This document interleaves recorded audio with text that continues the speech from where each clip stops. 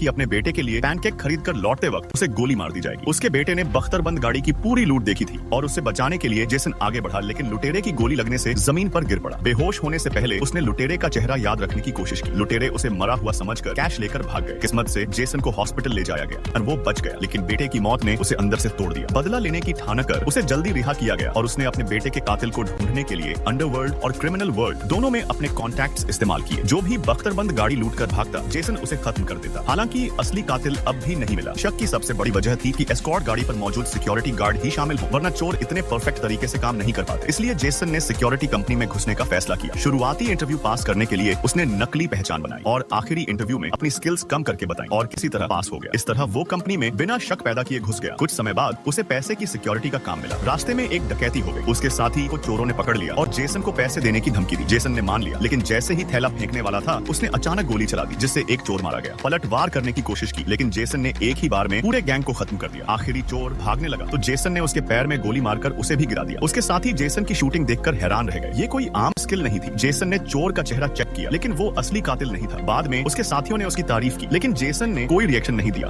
रास्ते में फिर से डकैती हुई। इस बार चोरों ने गोलियों से भीड़ को डर आया, फिर गाड़ी पर काला पेंट छिड़का, अंदर धुआं भर दिया और जेसन व टीम को बाहर निकाल दिया। लेकिन जेसन का चेहरा देखते ही चोर डरकर भाग गए, जैसे भूत देख लिया हो। दरअसल वो जेसन के ही लोग थे जो उसकी प्लान में दखल नहीं देना चाहते थे। बाद में जेसन ने शक की तस्वीरें खींची, लेकिन कुछ पता नहीं चला। असल में चोर रिटायर्ड सोल्जर थे जिनकी आमदनी कम थी, इसलिए उन्होंने लूट की और जेसन के बेटे की हत्या कर दी। लेकिन वो इससे संतुष्ट नहीं हुए और रिटायरमेंट से पहले एक आखिरी बड़ा काम करने का सोचा। उनका एक पुराना जानकार मान गया और 20 करोड़ कैश देने का वादा किया। ये जानकार जेसन का साथी वॉल्टर व्हाइट निकला। जेसन को रोकने के लिए वॉल्टर व्हाइट ने अपनी पहचान खोल दी और उसे धमकाया कि अगर उसने साथ नहीं दिया तो मार डालेगा। जेसन ने ठंडे दिमाग से कहा, डॉक्टर हम दोनों अलग हैं। अपने बेटे के कातिल तक पहुंचने के लिए उसने हामी भर दी। इसके बाद वॉल्टर ने गैंग को बुलाया और बख्तरबंद गाड़ी को सड़क पर ले गया। कैमरे बंद कर दिए और मुख्यालय से झूठ बोला कि गाड़ी रिपेयर में है। तभी नकाबपोश चोर आए और कंपनी के गोदाम में घुस गए। उन्होंने गार्ड्स को बंधक बना लिया और गोलीबारी शुरू कर दी। लेवल 3 हेलमेट और राइफलों से लैस होने की वजह से उन्हें चोट नहीं लगी, लेकिन पुलिस को खबर मिल गई और 10 मिनट में पहुंचने वाली थी। चोर पैसे भरने लगे, तभी एक कर्मचारी ने गोली चला दी। मौके का फायदा उठाकर जेसन ने हमला किया, लेकिन उसे अब भी असली कातिल नहीं मिला। आखिर में लड़ाई इतनी बढ़ गई कि जेसन ने एक एक करके सबको मार गिराया, लेकिन वॉल्टर ने उस पर वार करके उसे गिरा दिया